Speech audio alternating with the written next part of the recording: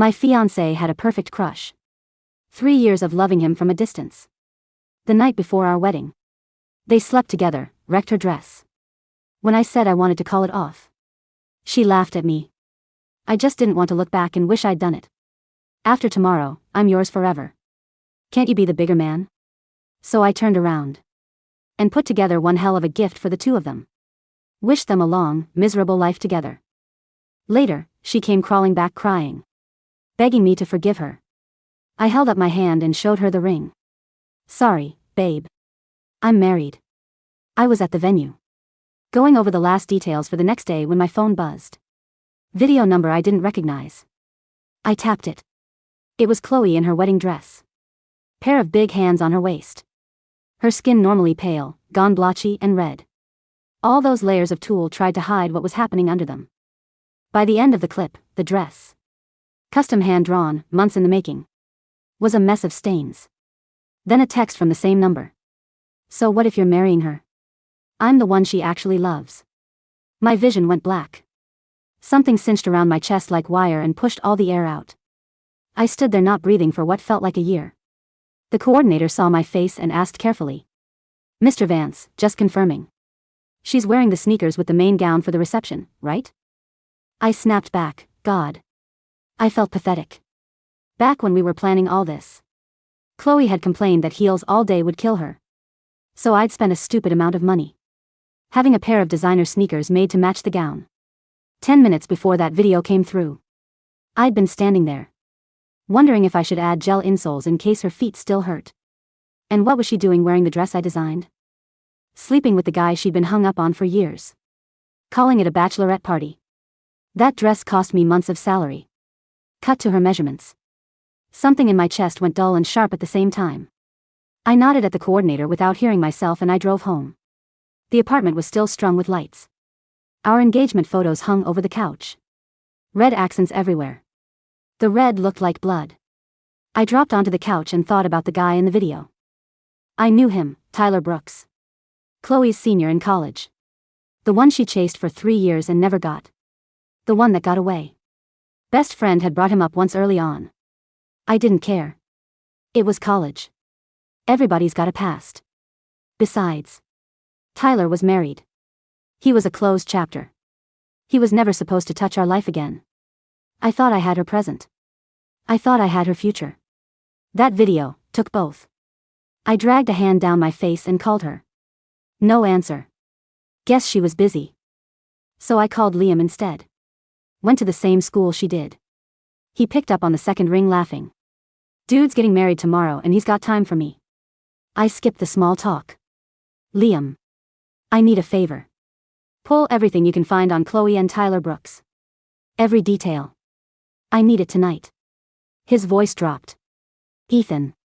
What happened? I hung up. 2 hours later, my phone was full of him. Dozens of messages ending in a string of "Are you okays?" I scrolled past all of it and stopped on one link. A second Snapchat account. Hers, one I'd never known existed. He posted on it constantly. Almost all of it was Tyler. For years of a diary I was never meant to read. On his birthday, she bought him a high-end mechanical keyboard. A developer's keyboard. Every line of code carries what I can't say. He'd replied. Got it. Can't come pick it up. Wife's watching. She'd replied, crying. Need a hug. I looked at the picture of that keyboard. Brushed metal, clean lines. Keyboard was sitting on my desk in the next room. She gave it to me for Christmas. I'm not a programmer, but I type all day for work. And when she handed it to me, I got choked up in front of her. Turns out I got Tyler's returns. I walked into the study and peeled the sticker off the corner of the case. Underneath, engraved in the metal. TT for Tyler. I kept scrolling post after post. Somewhere in there my chest just went cold and stayed that way. Liam texted, "Is the wedding still on?" I pinched the bridge of my nose and stared into the dark. 9 o'clock, Chloe finally called. Doing the sweet voice, "Bob. Something happened." What? I was trying the dress on earlier and I kind of got it dirty. She said. Like she was telling me she'd forgotten milk. Can you get another one for the morning? My fist closed until my knuckles popped. She'd come straight from him. And now she wanted me to clean it up. She knew what that dress meant to me. She knew I drew it myself. She just didn't care. I breathed in. Sure, I'll handle it. She giggled. See?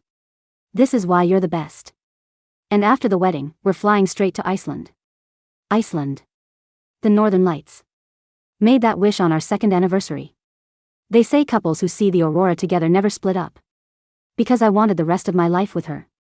I worked myself into the ground for it. Banking overtime and vacation days and money.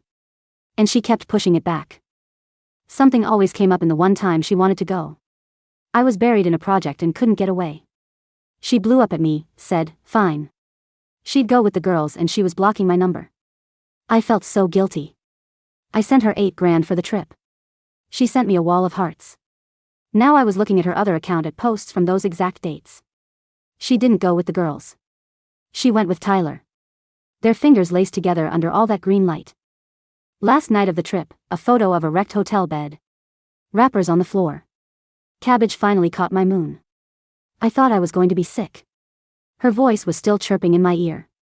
Anyway, the girl sprang a bachelorette thing on me tonight. So I won't have my phone. Love you.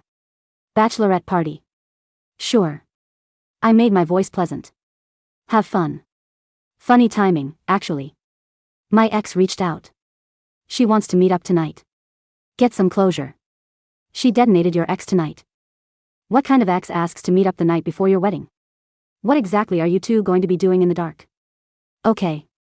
I said. If Tyler asked to see you tonight, would you go? Would anything happen? Her voice climbed. There was something scared in it. That's completely different. That's not even a real comparison. And even if it was, it'd just be closure. I didn't want to look back and wish I'd done it. That's all. After tomorrow. I'm yours forever. Can't you be the bigger man? She wanted me to be the bigger man while she made me the joke. I almost laughed into the phone. Then she pulled out the big one. If you walk out that door tonight, the wedding's off. For years. Same weapon every time. Buy me that bag or we're breaking up. Touch my phone again. We're breaking up. Be nice to my family or we're done. I always folded every time. Gave her whatever she wanted and called it love. She really believed I was too far gone to leave. He was wrong. Love isn't everything. I'm a practical man. When I loved her, I could put up with anything. The second she wasn't worth it, I could take all of it back at once. She hung up and started firing off texts. Don't leave the apartment. Not one step.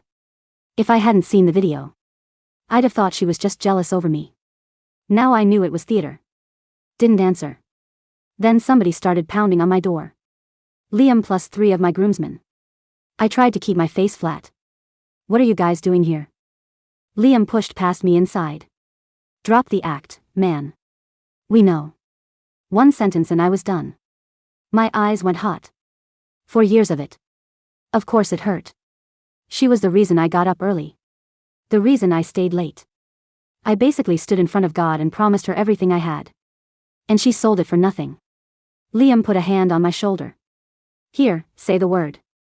And we'll put Tyler in the ground. I covered my face and went into the bathroom. Cold water, as cold as it went. I stood there until my hands stopped shaking.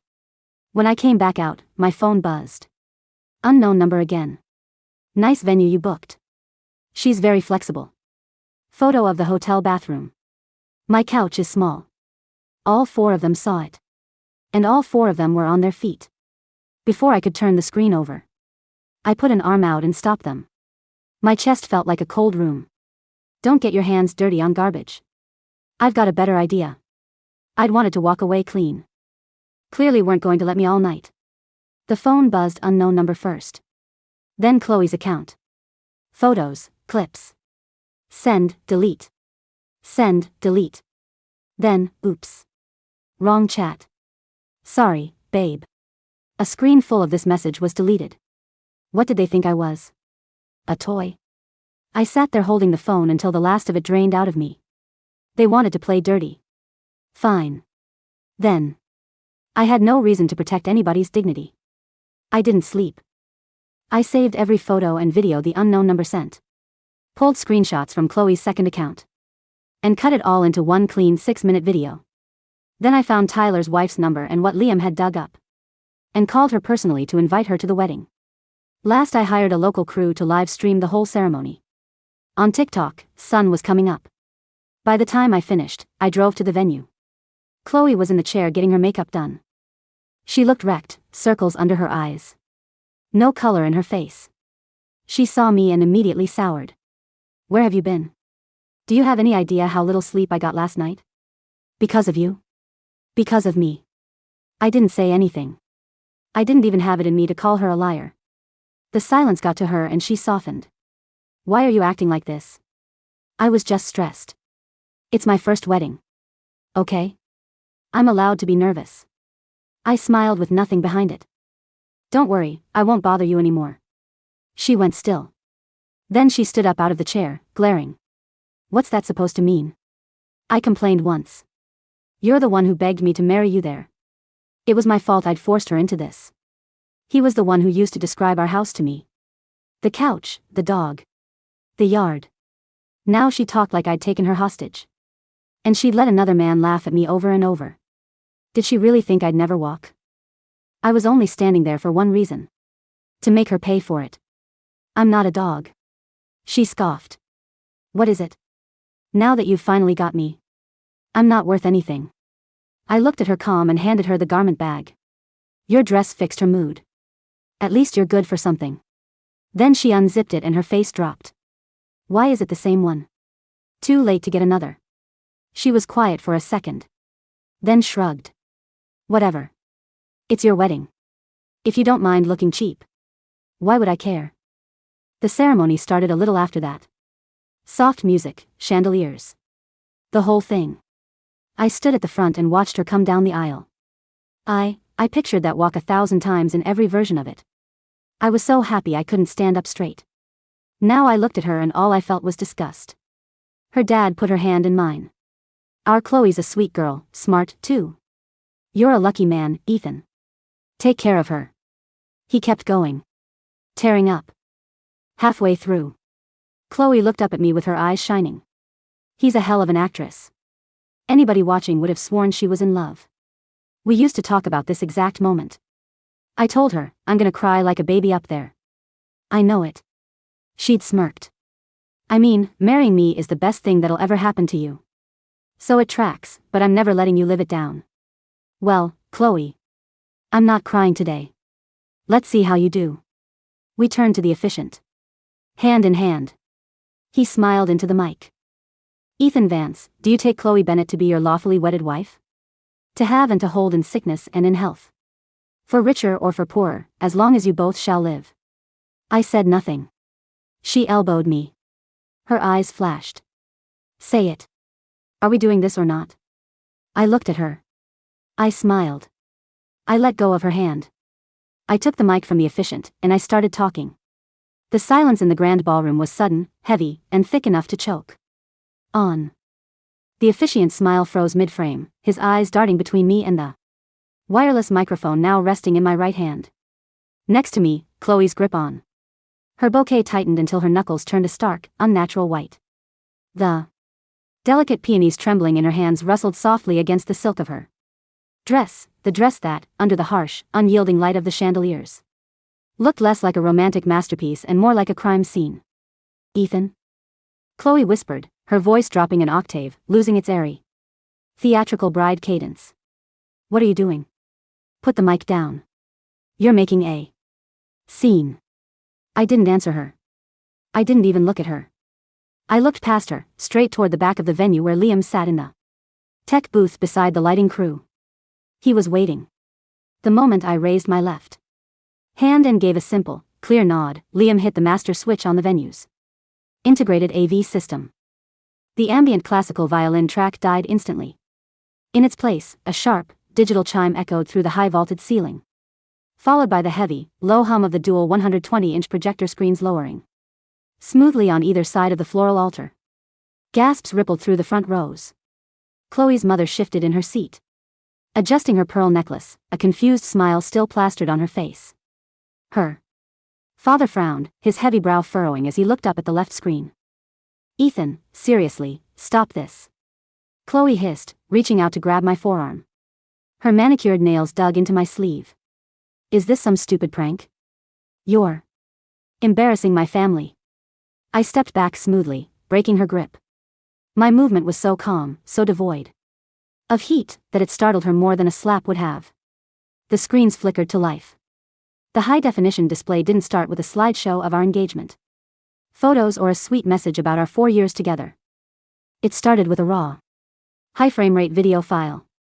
The lighting on the screen was dim, flushed with the warm, tawny glow of a luxury hotel bathroom.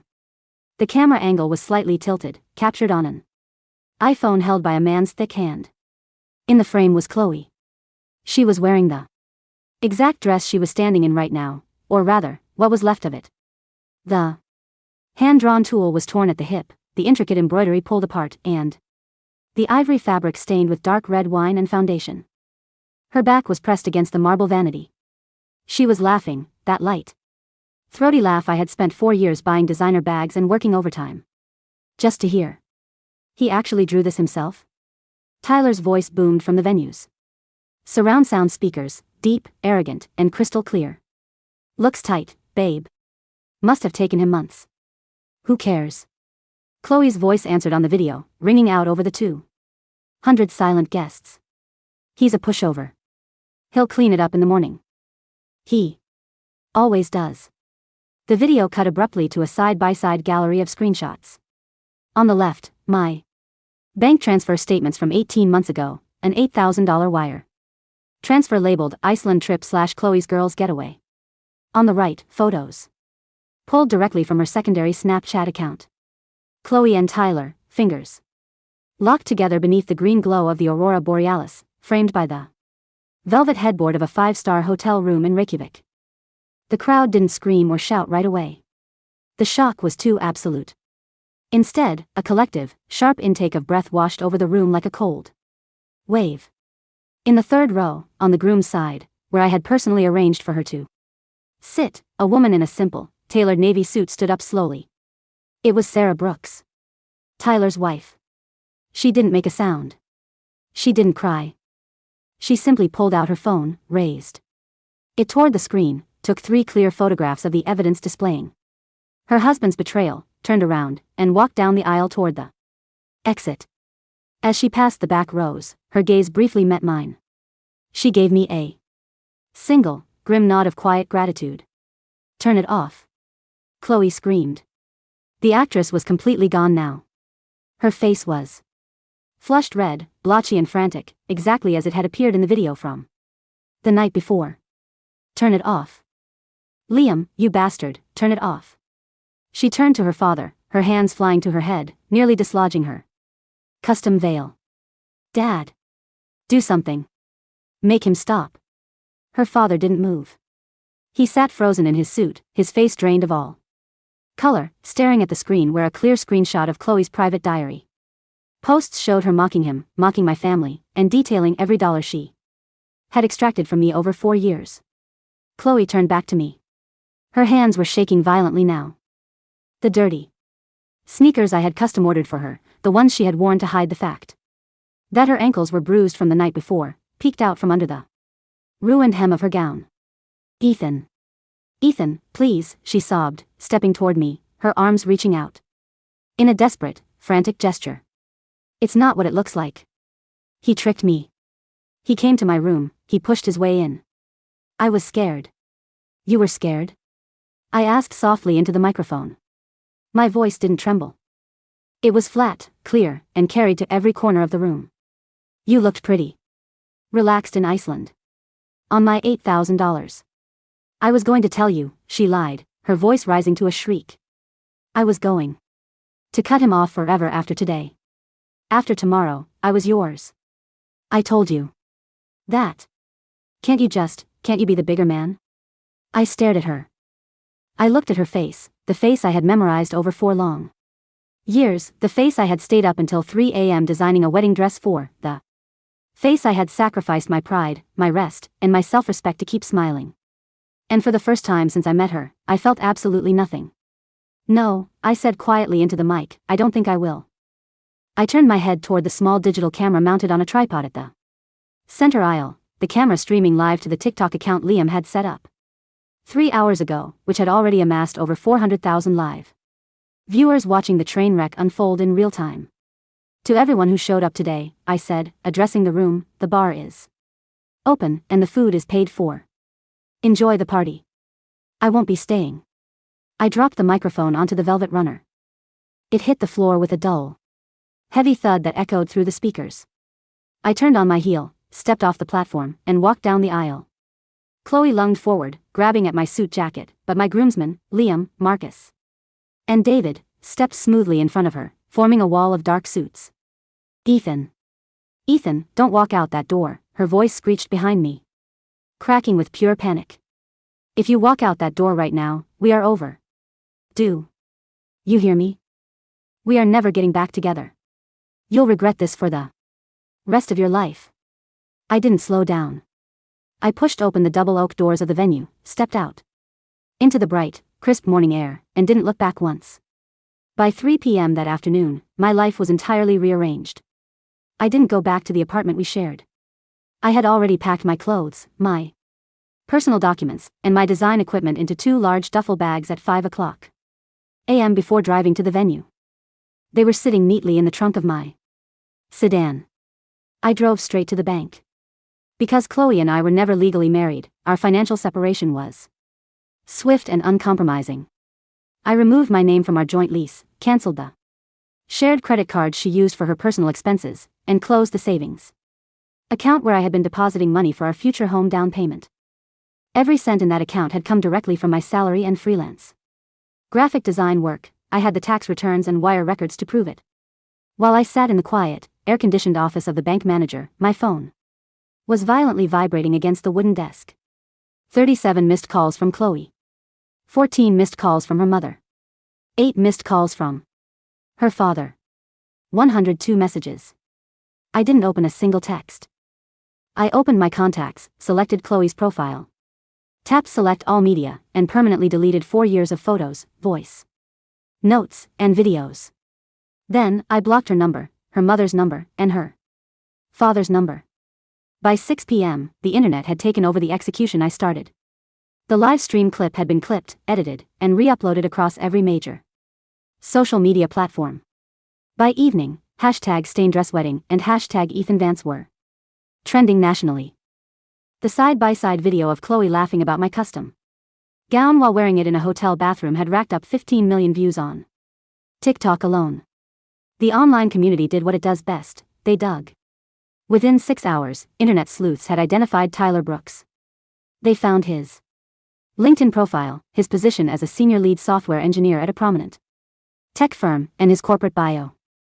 By 8 p.m., the comments sections of his company's public posts were overwhelmed with thousands of demands for his termination, accompanied by high-resolution screenshots of his texts bragging about ruining another man's wedding dress.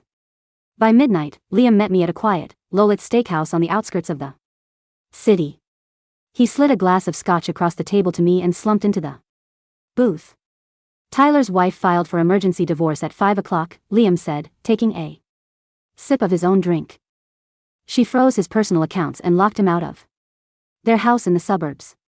Word is, his HR department called him in for an emergency compliance review tomorrow morning. His career in this city is done.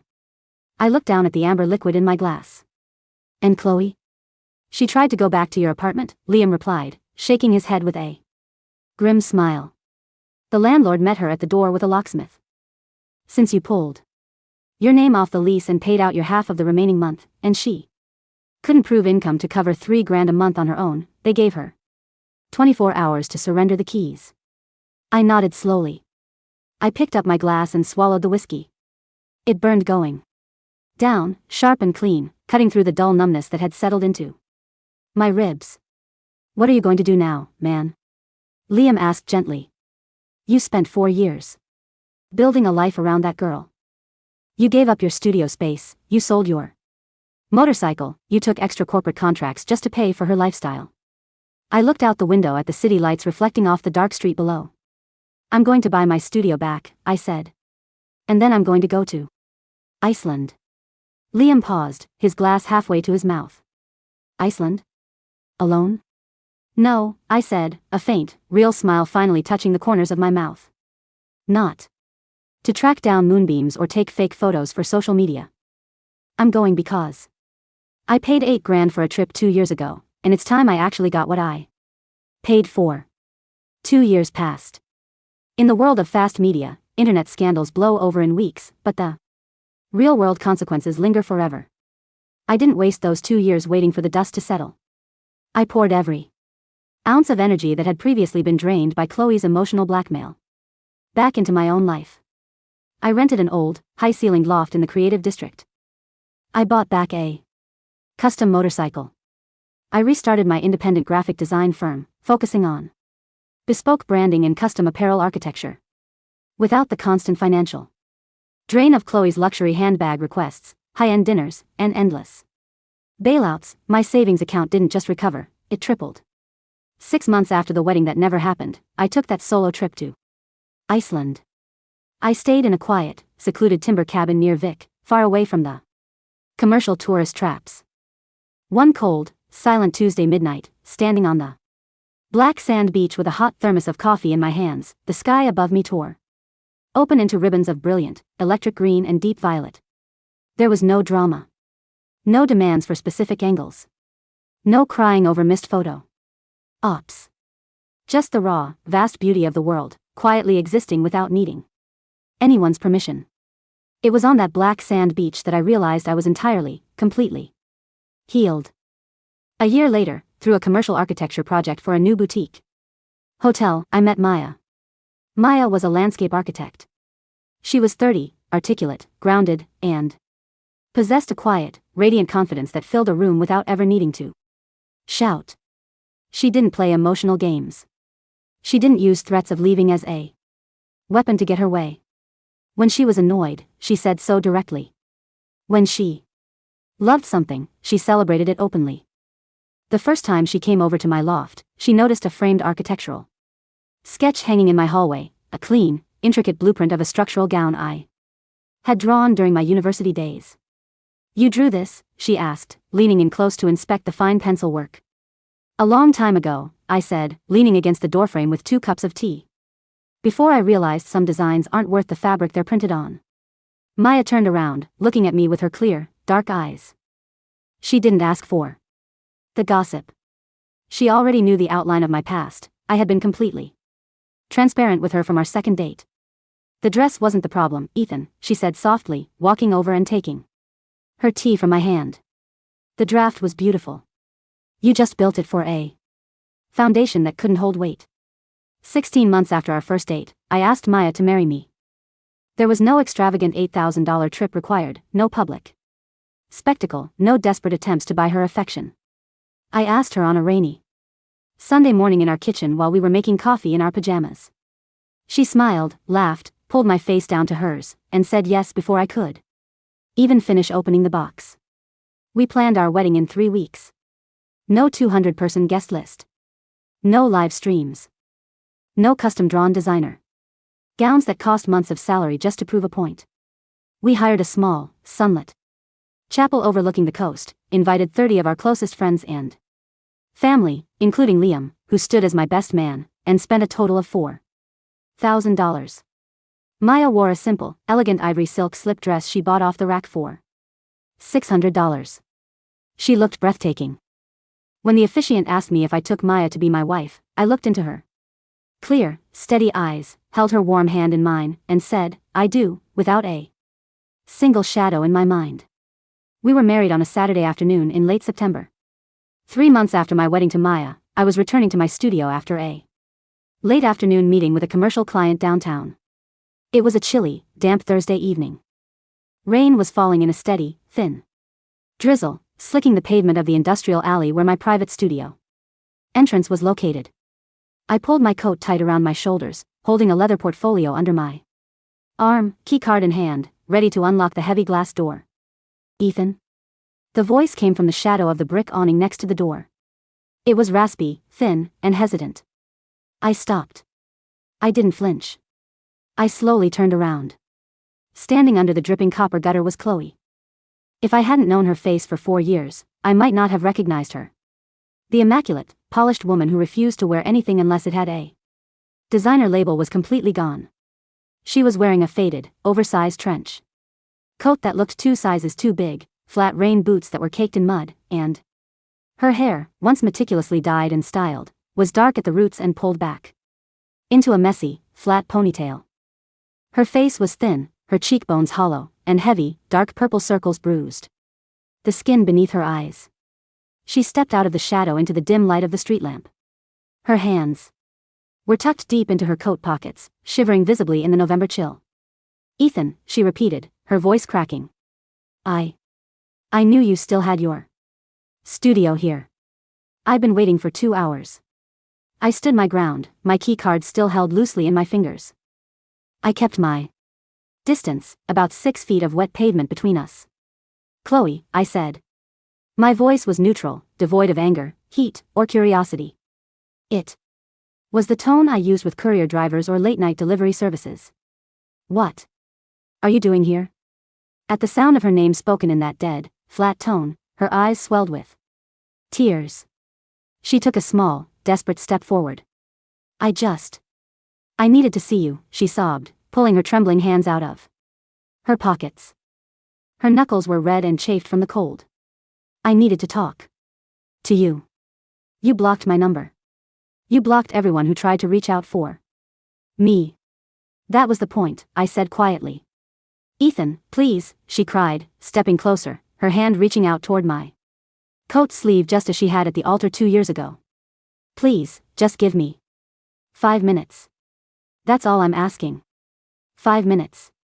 I took one deliberate step backward, keeping the 6-foot gap intact. "Say what you have to say, Chloe. It's raining."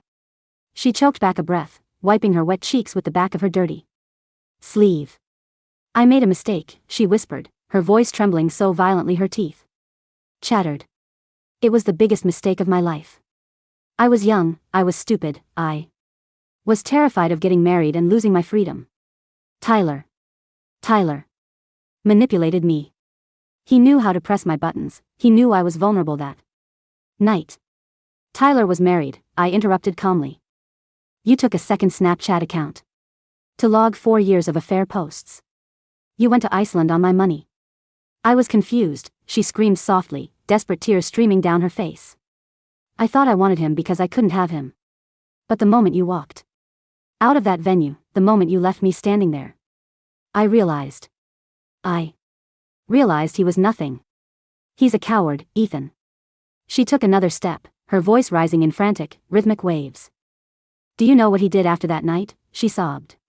"His wife took everything. He got fired.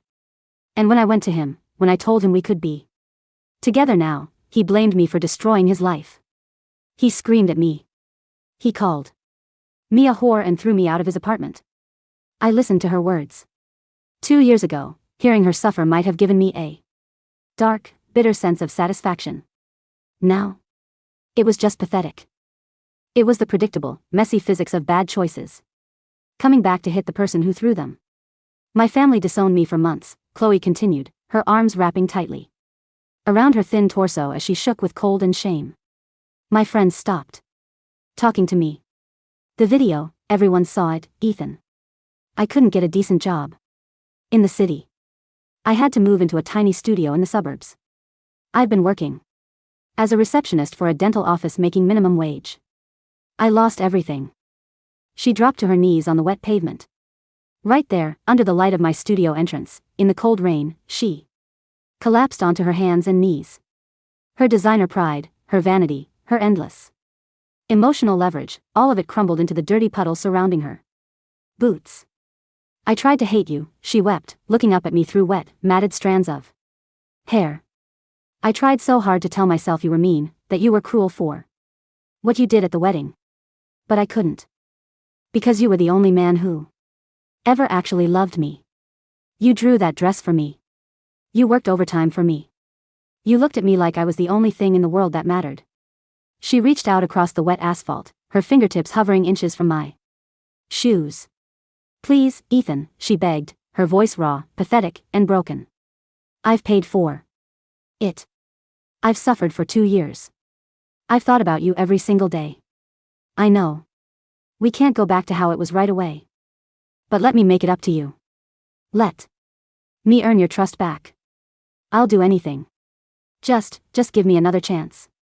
I don't want to look back for the rest of my life wishing I hadn't lost you.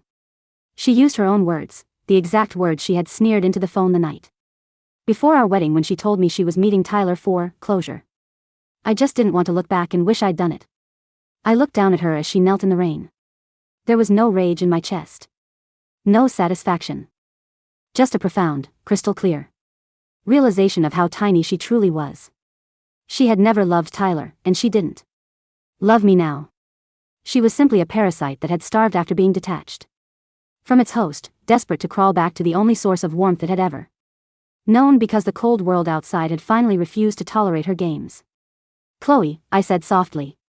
She looked up, her bloodshot eyes widening with a sudden, desperate flare of hope. She started to push herself up from the ground. Ethan. I raised my left hand. Slowly, deliberately, I stretched out my fingers, turning my palm toward her. Under the bright, clear light of the entryway lamp, polished silver-toned gold caught the light, a simple, elegant, unadorned wedding band resting firmly on my ring finger. The faint glimmer of hope in her eyes died instantly, replaced by a cold, hollow terror. Sorry, babe, I said, my voice smooth, calm, and utterly final. I'm married. Chloe froze. Her mouth opened, but no sound came out. She stared at the gold ring on my finger as if it were a physical blade pressed against her throat. She doesn't demand custom dresses, I added softly, looking down at her one last time. She doesn't play games with my self-respect. And she doesn't need me to be the bigger man, because she never lowers herself to trash. I turned away from her, tapped my key card against the electronic sensor, and pulled the heavy glass door open. Ethan. No. Please, she shrieked behind me, her nails scraping against the wet pavement as she tried to scramble to her feet. Ethan. I stepped inside the warm, dry air of my studio. I didn't pause. I pulled the door shut behind me. The heavy magnetic lock engaged with a sharp, definitive clack, sealing out the sound of the rain, the sound of her crying, and the ghost of a life I had long since outgrown. I walked over to my desk, set my leather portfolio down, and pulled my phone from my pocket. There was a text message sitting on my screen from 10 minutes ago. From Maya, hey handsome. Rain's coming down hard out there. I made vegetable stew and brought home that dark roast you like. Take your time, but hurry home. I love you. I felt a genuine, deep warmth spread through my chest. I tapped the screen and typed a quick reply. Just wrapped up at the studio. On my way home now. Love you too. I grabbed my jacket, turned off the studio lights, and walked out through the back garage entrance, stepping straight out into the clean night air, heading home.